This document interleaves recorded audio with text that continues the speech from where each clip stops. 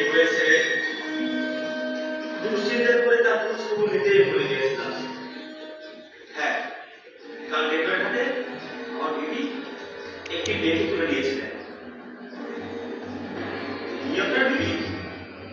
আমার খুবই সন্দেহ হয়েছে, কিন্তু আপনি জানেন কি দিদিকে কোথায় পাই, কি তার নাম? জি না, মনের চিন্তায় জিজ্ঞাসা করার না। আমার মনে কোনোই সন্দেহ নাই যে যাকে আপনারা কালকে খাদ্যকে ফিরে আনতেছেন তিনি আমার প্রার্থী। শুনতেছেন